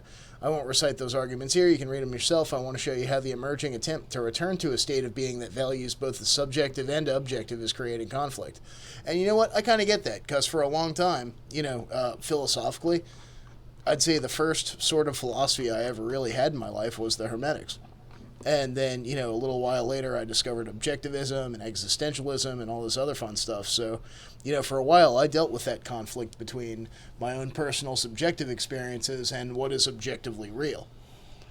All right, so look, you guys, I forgot to mention, we do have the phones open, so if you want to call in and tell us how we can make Soul great again, put Terrence first. That'd be great. If not, you want to call in and say something else. Be hey, mad even about if you that. want to call in and tell us how great the aliens are and how we're misguided. If you want to call in and tell them, be mad, yell at us about that. You can. Yeah, if you want to tell us that aliens is a racial slur and that we should be using the more politically correct term, which is off-worlders or star nations or whatever they want to be called. That's from Stargate. It doesn't count. Why not? I mean, if Stargates are real, then shouldn't stuff from Stargate kind of count for a little? I guess you're right about that. I demand more chicken. So this turkey is exquisite. For this, I would return briefly to my previous discussion of modernism, in which I outlined the tenets of this worldview, which include the following. 1, humans are in one category and nature is in another. And 2, that history can be safely ignored since modern society has seen through the delusions of the past. One of these delusions is that our subjective experience tells us essential truths about how the universe works. Today, for essential truths, we feel we must return to the sciences for so-called hard data, where paradoxically the abstractions of mathematics supposedly tell us much better than our subjective experience how the world in front of our eyes functions. In the book on the taboo against knowing who you are, Alan Watts summarized the issue this way: make a spurious division of one process into two, forget that you've done it, and then puzzle for centuries as to how the two got together. This is a fair assessment of our predicament. The separation of humans and nature has led our modern-day attempt at ecocide that goes by various names: climate change, soil depletion, toxic pollution, deforestation, biodiversity loss, and many others. The reductionist view has allowed us to focus very narrowly on one objective to great effect: maximum exploitation of the Earth's resources, including its living components. But as Garrett Hardin, author of The Tragedy of the Commons, explains, the first law of ecology is that we can never merely do one thing. That, it's kind of like chaos theory. One little action affects trillions of others. By something as benign as taking a swig off of this can of NOS, still waiting for that sponsorship, by the way, we could, in effect, change the path of trillions of particles, thus altering the future, in a way that you just can't undo forever. So our zeal to do one big thing, maximize our extraction of the world's resources, has ramified in all sorts of deleterious directions.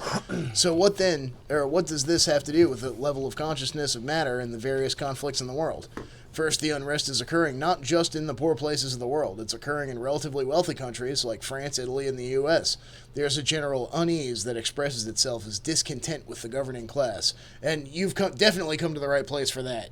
You're watching Reality Brief. While much of the emphasis is placed on economic factors, I think there's another element that's missing: the subjective lived experience in which many people feel blocked in their ability to express their talents, seek their goals, and get validation for their particular paths. I don't think that this is necessarily conscious in every case, but part of the background of that frustration is evident, especially, by a person who's been in graphic design for 20 years working at a gas station. But nevertheless, a society in which most of its participants are put into narrow reductionist roles in work and even at home can only serve to frustrate people. But this has been true for a very long time in most modern societies. What seems to have changed is that people increasingly believe that they might be able to do something about it. This has triggered this sudden change. What has triggered this sudden change of attitude? I have no definitive answer. In part, I think that it's becoming obvious that the old modern solutions for living on this planet and human society are not working. What do you think? The question is, why aren't they working? Dan, what do you think? What do you think is triggering it?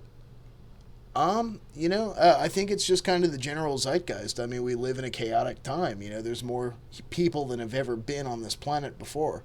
So, I think it's science fiction television.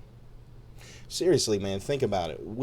TV has enabled them to program everyone and get them used to ideas, starting in the 50s with aliens and all that shit, man.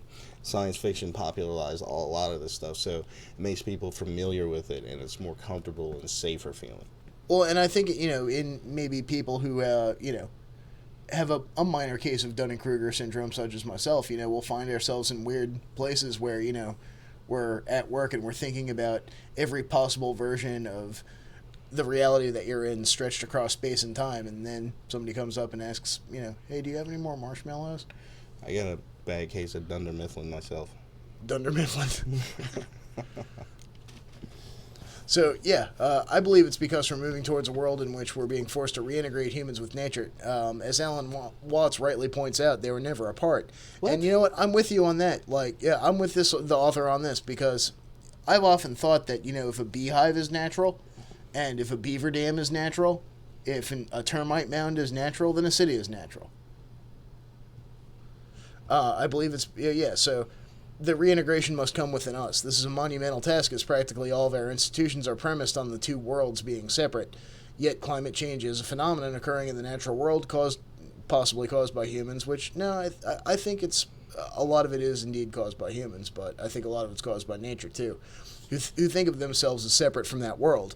We're at a point where such a view is not only untenable, but potentially suicidal as a species. So here's where I posit that there is a kind of intelligence in what we call the natural world, and it is signaling to us in rather unambiguous terms.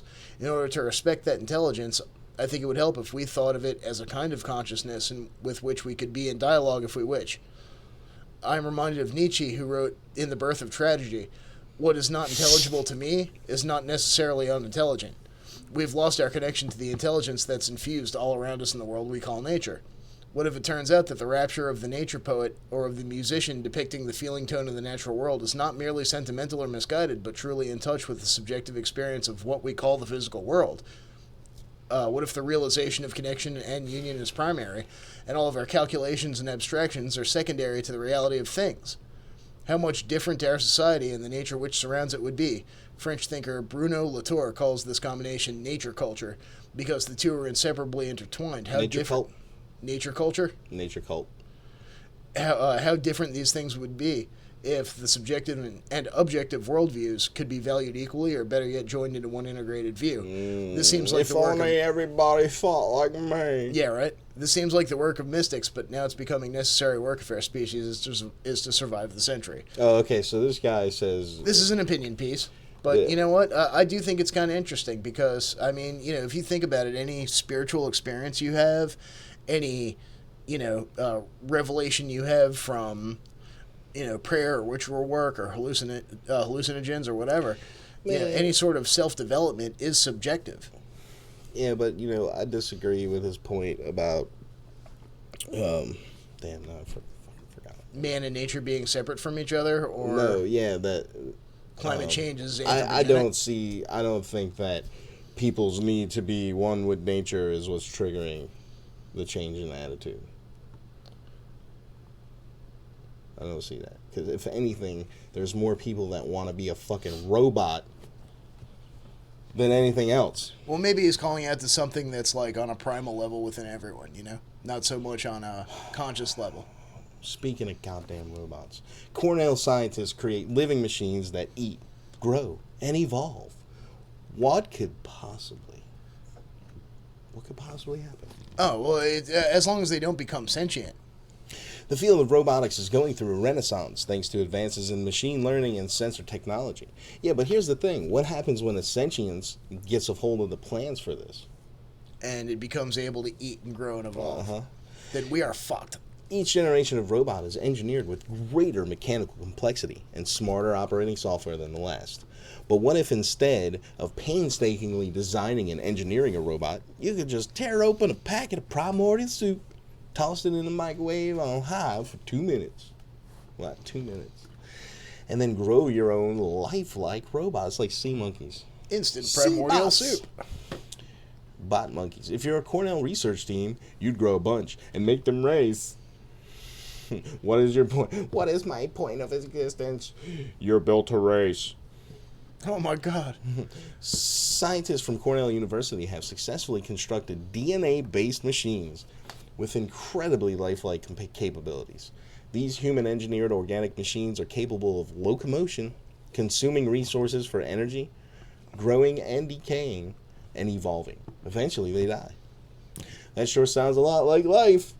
But Dan Luo, professor of biological and environmental engineering in the College of Agriculture and Life Sciences at Cornell, who worked on the research, says otherwise. We are introducing a brand new lifelike material concept powered by its very own artificial metabolism. We are not making something that's alive, but we are creating materials that are much more lifelike than have ever been seen before. But just how lifelike? According to research, they are on par with biologically concept. How lifelike are they? Here we report a bottom-up construction of dynamic biomaterials powered by artificial metabolism, representing a combination of irreversible biosynthesis and dissipative assembly processes. An emergent locomotion behavior resembling a slime mold was programmed with this material by using an abstract design model similar to mechanical systems. And the racing part is no joke, the paper goes on to state. An eminent racing behavior of 2 locomotive bodies was achieved by expanding the program. Other applications, including pathogen detection and hybrid nanomaterials, illustrated further potential use of this material. Dynamic biomaterials powered by artificial metabolism could provide previously unexplored route to realize artificial biological systems with regenerating and self-sustaining characteristics that will kill every form of carbon-based life that ever came to exist before them. Basically, the Cornell team grew their own robots using a DNA-based biomaterial, observing them and then metabolizing resources for energy. Observed them metabolizing resources for energy, watched as they decayed and grew, and then programmed them to race against each other. We would have made them compete in a karaoke competition, but Cornell's application is also impressive. You know, this is by no means the first instance of robots that eat and shit, all that, but this is maybe the first instance of them combining the shit. And as it was coming out, I remember saying, oh yeah, you think it's cute, wait till they combine all this shit. We'll be genetically creating chest bursters in no time. Mm-hmm. I'm sure the Weyland-Yutani Weapons Division can't wait to get their hands on this.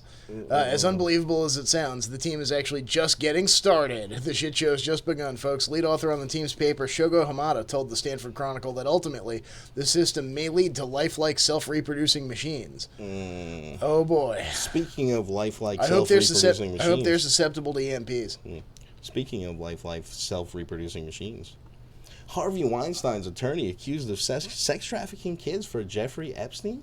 Oh, man. Is it time for heads to roll yet? It's time, man. Let's hope. This is coming from God, a less than reputable media outsource. This is coming from Free Thought Project, so they've posted some nonsense before. But, hey, we don't shoot the messenger here at Reality Brief.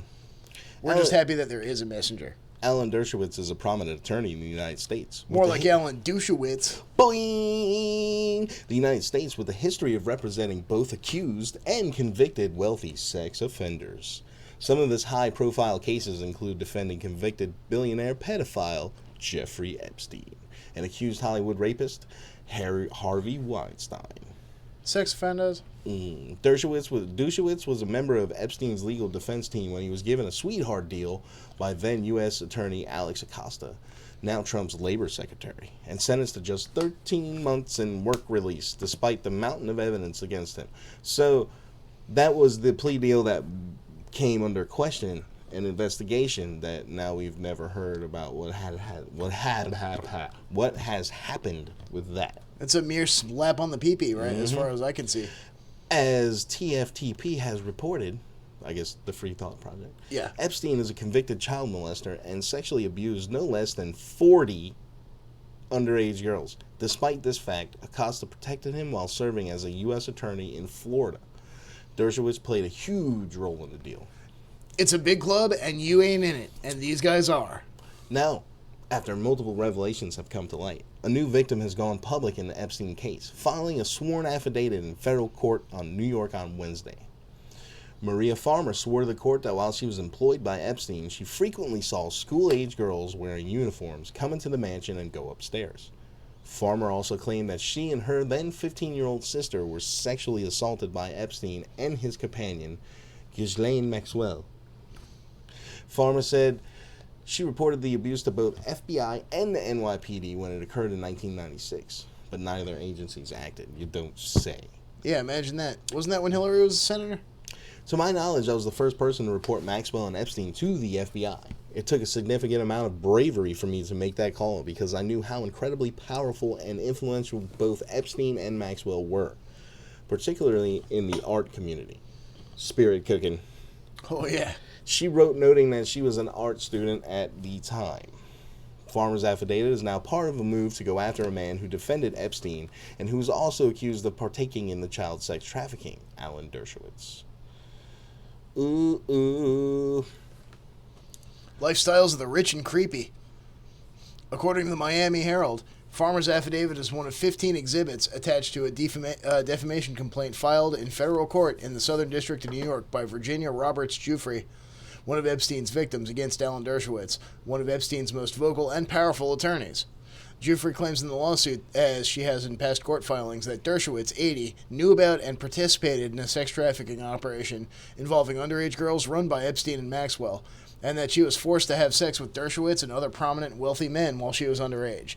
No sensible person looks forward to litigation, Giuffre said in a statement, and I know that standing up for myself and others will cause Mr. Dershowitz and Mr. Epstein to redouble their efforts to destroy me and my reputation, but I can no longer sit by and not respond. As my complaint shows, my abusers have sought to conceal their guilt behind a curtain of lies. My complaint calls for the accounting to which I and their other victims are entitled. Indeed, even the court has found that this case has been engulfed in lies. As TFTP reported, a federal judge made a bombshell ruling stated that the prosecutors who worked under former Miami U.S. Attorney Acosta broke the law when handling the case.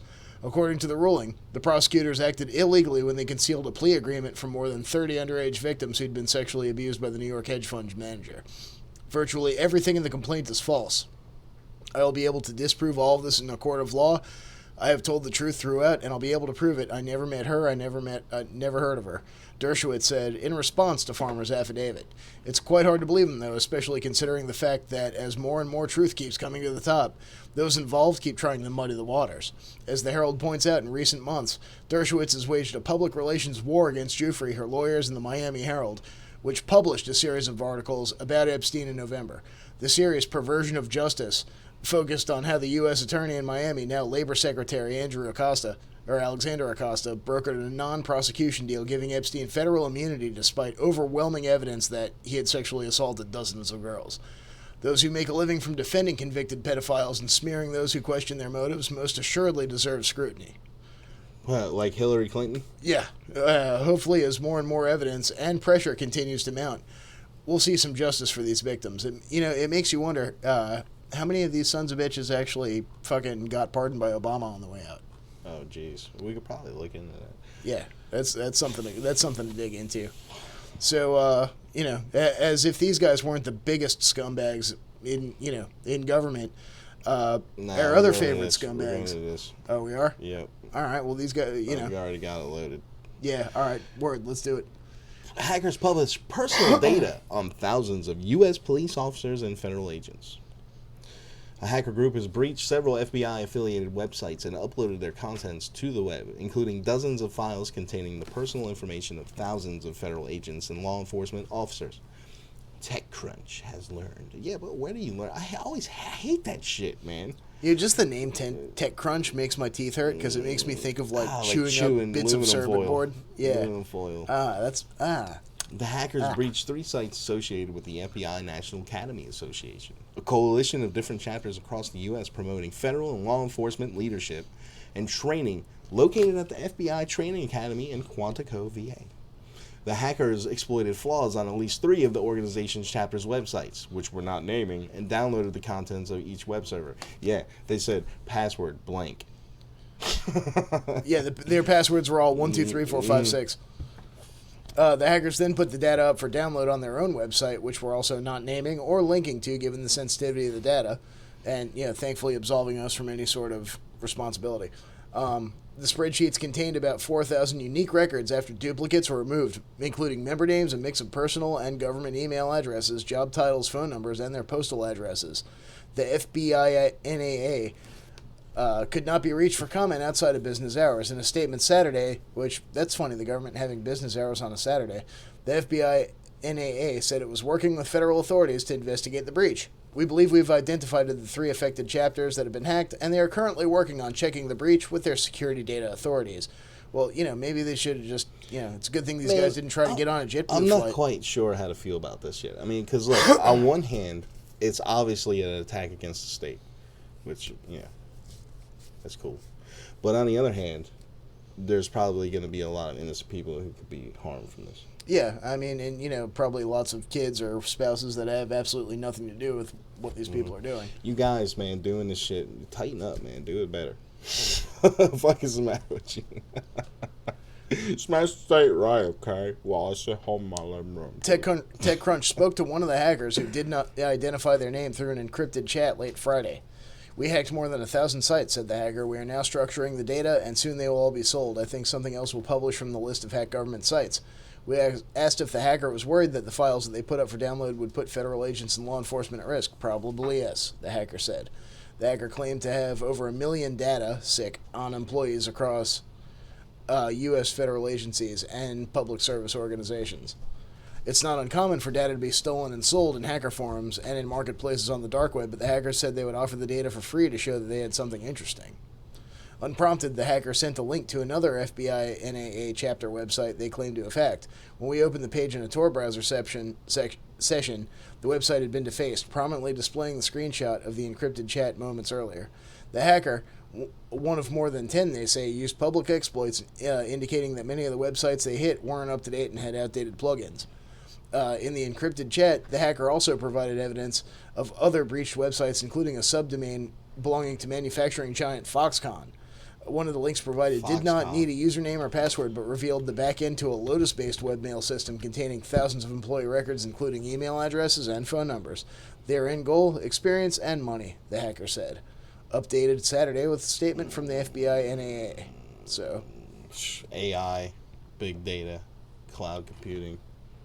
Yeah, total clusterfuck. Foxconn. Yep. I understand why fucking some hackers would go after Foxconn, because if you have working conditions bad enough to where your employees literally try to kill themselves, to the point where you install nets on the side of the fucking building for people that throw themselves out of windows, then maybe you deserve to get hacked. Just going out on a limb there. So speaking of other members of the wretched hive of scum and villainy that we refer to as Washington, D.C. Is next. Hey, that was a good segue. I'm sorry, man. I'm getting tired. You know how it goes. Yeah, I feel you. Well, what else would you rather be doing right now? Sleeping. Shit.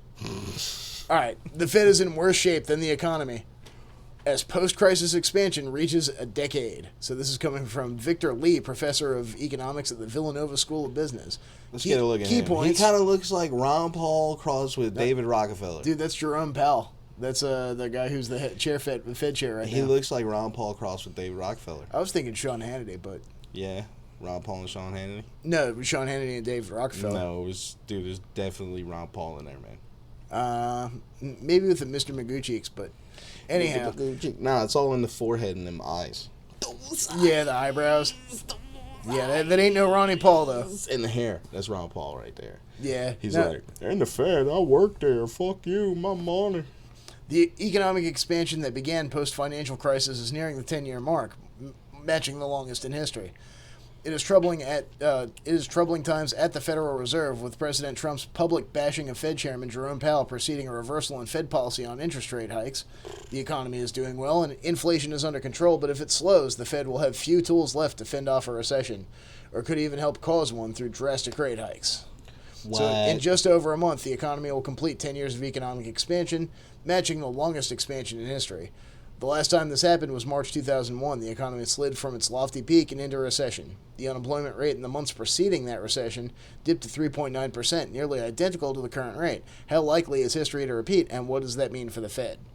Over the past 30 years, the Fed has been looked upon as a stabilizing force amid turbulent economic times. I mean, if your central banking is your thing, which I'm out on that, but, miss me with that shit. I mean, I like money. Sound monetary led to the great modernization of low inflation that sustained economic growth. In the depths of the worst financial crisis since the Great Depression, Fed Chair Ben Bernanke was largely credited for pulling back the U.S. economy from the brink of collapse. Oh yeah, he pulled it back. What did Bush say? I've turned against free or what do you say about I've gone against free market principles to save the free market or some horse shit like that? Yeah. Anyhow, yeah, so troubling developments in the political climate in Washington raised doubts as to whether the Federal Reserve will be able to continue to do its job effectively and meet its objectives. When President Trump came into office, he inherited a growing economy that had seen the unemployment rate fall substantially over the previous 8 years. His own appointed Fed Chair, Jerome Powell, committed to continue the normalization of monetary policy that began under his predecessor, Janet Yellen. This is a prudent policy consistent with maintaining low inflation in an economy that was at full employment. Blah, blah, blah. Let me sum it up for you. We're all fucked. Yeah, they close with, it's a really long article. We're not going to subject you to making us listen to the whole thing. Please do not. They close with, should inflation drift above the FOMC's objective, it may require the type of drastic rate hikes that could cause an economic recession. And should the predicted economic slowdown lead to a recession, the Fed will have very little ammo for easing monetary policy by lowering rates or expanding the balance sheet. So, you know, hey, here's an idea. Just quit printing fucking money for a while. Yeah, let's see how that works out. Let's tie money to a resource, baby. Well, we're coming up to the last little bit of the show, and, you know, we just got one last bit about space rocks. We just couldn't, you know, as if Ragu wasn't enough for space rocks. Just couldn't. I just couldn't not include. There's no fucking we. We're not French. I ain't got a yellow fucking vest on. But you should. You know what? If wearing a shiny yellow vest means taxation is theft, then yeah, fucking, I'm all about it. I'll rock a yellow vest on the next show. I'm gonna find me a yellow. Will not. I'm gonna find me a yellow vest right now. You will not. So Tess finds its first Earth-sized planet. Thanks, Tess. Good job, Tess. This is coming from the Carnegie Institution for Science. A nearby system holds the first Earth-sized planet discovered by NASA's Transiting Exoplanet Survey satellite, as well as a warm sub-Neptune-sized world that, according to a new paper from a team of astronomers that includes Carnegie's Johanna Teskey, Paul Butler, Steve Scheckman, Jeff Crane, and Sharon Wang. Their work is published in the Astrophysical Journal Letters. It's so exciting that TESS, which launched just a year ago, is already a game-changer in the planet-hunting business. Why come it looks like Mars? It's an artist's conception of HD 21749C. Well, what's that guy's problem? I need to become one of these space artists, man. I need to, like, go home, break out the paints, and start painting me some spacey shit. Because apparently these guys are all making bank. Fucking, you know what? No, you need to go home and start painting me some spacey shit. You for all this. Oh, yeah. All right, yeah. Well, yeah, there's that. Mm-hmm. All right, word. Challenge accepted. Mm-hmm. So, yes, and if you want to donate money so we can buy some paints, it's patreon.com/realitybrief. Them digital paints is expensive. No, I'm talking about real paints. Oh, real paints. Yeah. Oh, man. Then I gotta take a picture of it and all that shit. I need these. I'll handle all that. Anyhow, so it's, the spacecraft surveys the sky, and we collaborate with the TESS follow-up community to flag potentially interesting targets for additional observations using ground-based telescopes and instruments. Speaking of TESS's community, you guys, if you haven't joined the Facebook group, you should really check it out. It's Reality Brief Exo News. Yeah, all right. Facebook/Reality Brief Exo News. Yeah, or no, isn't it just Facebook.com/Reality Brief News? Pretty sure it's Exo News. Just go to groups, look up Reality Brief. It'll come up. Go to our Reality Brief page. Or even better, just call. If you can't figure out where the group is, call right now. 757-528-8130. Even better, maybe I should know what I'm plugging before I attempt to plug something. That's what I'm saying. But I'm pretty sure, for real though, it's Reality Brief Exo News. I ain't even gonna front. I'm almost positive. Maybe in your timeline. I'm almost positive, man. So, yeah. No, you're right. It's just Reality Brief News. Ha! I told you. I do enjoy being right. One such tool, the Planet Finder spectrograph on the Magellan 2 telescope at Carnegie's Las Campanas Observatory in Chile, was a crucial component of this effort. It helped confirm the planetary nature of the test signal and to measure the mass of newly discovered sub-Neptunes. The PFS, built by Scheckman and Crane using a method pioneered by Butler and his collaborators, works using a technique called the radial velocity method, which is currently the only way for astronomers to measure the masses of individual planets. Without known masses, it's very challenging to determine a planet's density or its general chemical composition. This method takes advantage of the fact that not only does a star's gravity influence the planet orbiting it, but the planet's gravity also affects the star in turn. The PFS enables astronomers to detect these tiny little wobbles that the planet's gravity induces in the star's orbit. So, like, the center of gravity between Jupiter and the Sun is still within the surface of the Sun, but, you know, if you have a big-ass brown dwarf going around a relatively small-mass red dwarf, that center of gravity could be between the brown dwarf and the star, so that effectively makes it a binary system. Man, Baggins, is it just me, or has Dan got some super explosives? Some what? Nothing. You don't even know that. Shit. All right, yeah, so this method takes advantage... Oh, yeah, let's say the PFS is one of the only instruments in the southern hemisphere that can do these types of measurements, Teskey added, so it'll be a very important part of further characterizing the planets found by the test mission.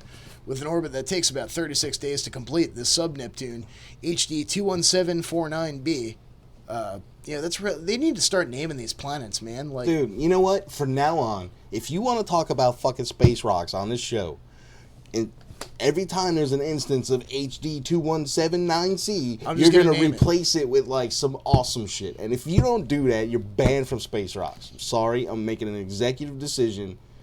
No more dumb numbers. You come up with awesome fucking names and you're not reading the fucking space rock. Okay, fine. Its host star has about 80% of the mass of our sun and is found about 53 light years from Earth.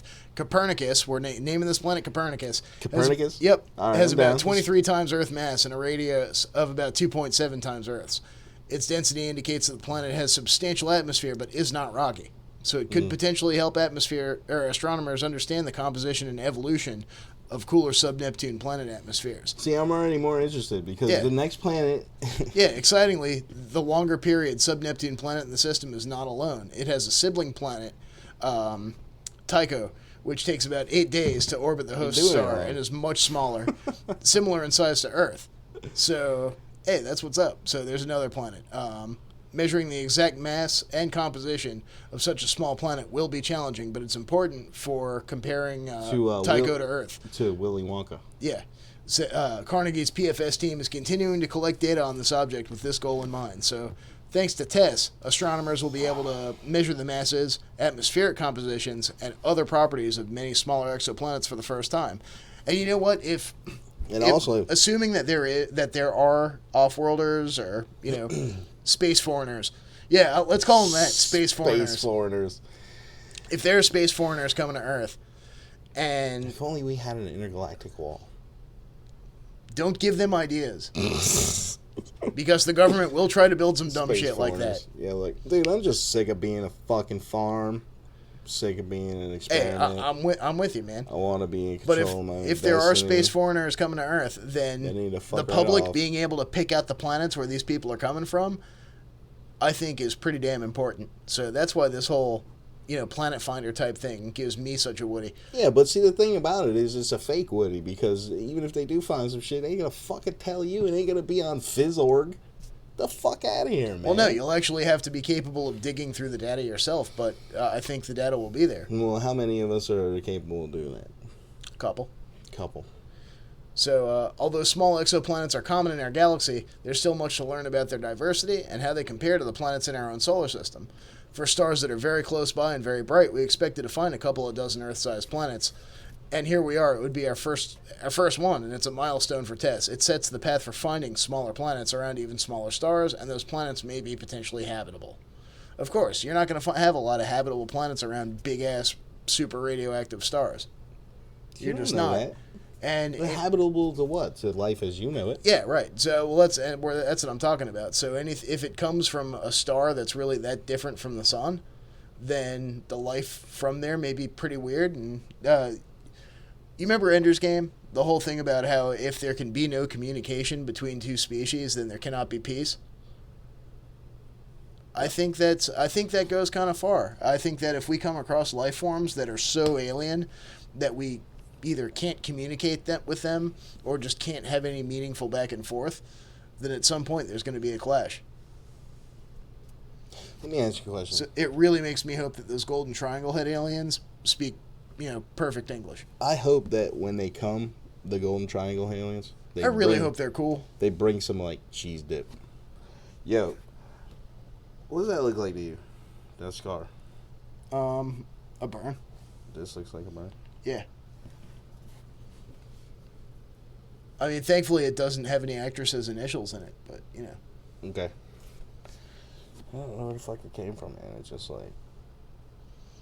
But yeah, so the lead author of this was Diana Dragomir from MIT's Kavli Institute for Astrophysics and Space Research. We'll post the links in our group. But yeah, 6 light years away, man. So that's literally like right down the street as far as space goes. It's like right around the fucking corner, 6 light years, man. Right? That's like walking to 7-Eleven. Well, you know what? I'm calling it.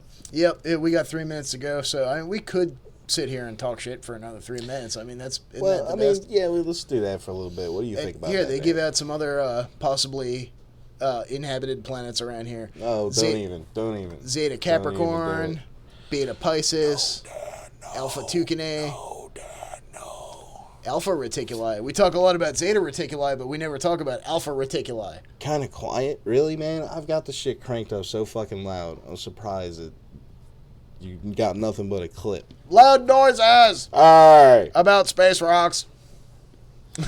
You need a better speaker, dude. Alpha Pictoris, Gamma Hydrae. Man, there's all kinds of fun places. Like, I really hope Risa's really out there. You know what I mean? Like, can you imagine how awesome that would be, a whole planet dedicated to just pure hedonism? You mean Earth? No, I mean, one that isn't ravaged by war and pollution and economic tyranny and all that other fun stuff. Like, just a planet that's genuinely just about chilling. Whatever you just said, I fucking disagree. We'll see you guys next week.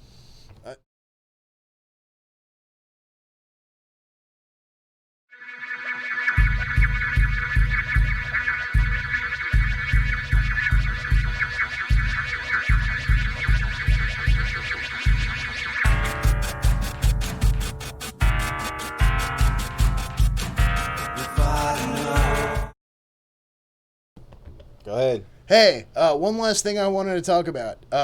You know what? This totally slipped my mind. We cut to the closing real quick. Don't go anywhere real quick. There's one last thing I wanted to bring up. If you live in the Hampton Roads area, do not go to the Something in the Water Festival. I have a really bad feeling about it. It's probably going to be a shit show anyways, given the nature of Virginia Beach's public works.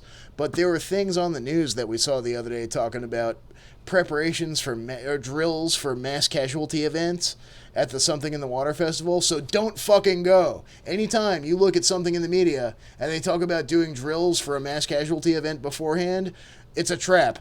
Don't fucking go. Also, you guys also do not go to the Hardee's and Phoebus. Do not. And also, they gave me lettuce from the floor. Yeah, but seriously, don't go in the water festival. If you know anybody who's going, tell them, tell your friends, tell your family, Something in the Water, don't go. It's a horrible fucking lineup anyway. I don't know why you would even want to go. Well, you know what? That's subjective. I mean, I probably would agree with you, but that's subjective. People have different tastes. Whatever. I know people who listen to this. Is that this weekend? Yeah, sometime soon coming up. All right, so hopefully next Wednesday we won't be doing a show about the mass shooting in Virginia Beach, hopefully. Yeah, in the meantime, just stay the hell away from there. It's a trap. See you guys.